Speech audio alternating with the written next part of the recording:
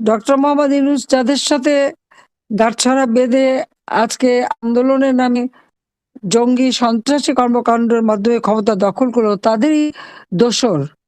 যেমন একজন শিবির নেতা, জামাতে ইসলামের যে ছাত্র সংগঠন, তার নাম হচ্ছে শফিকুল ইসলাম মাসুদ। সে ঢাকা দক্ষিণ জামাত সেক্রেটারি বলেছে যে সে গণভবনে গেছে শেখ হাসিনাকে হত্যা করবে এই টার্গেট নিয়ে। আর এক শিবির নেতা বলেছে ছাত্রলীগের থেকে এমন এমন কাজ করেছে যাতে ছাত্রলীগের ভাবমূর্তি নষ্ট হয়। আসলে এখন সময় মতো তাদের চেহারা কিন্তু সকলের সামনে প্রকাশ পেয়েছে।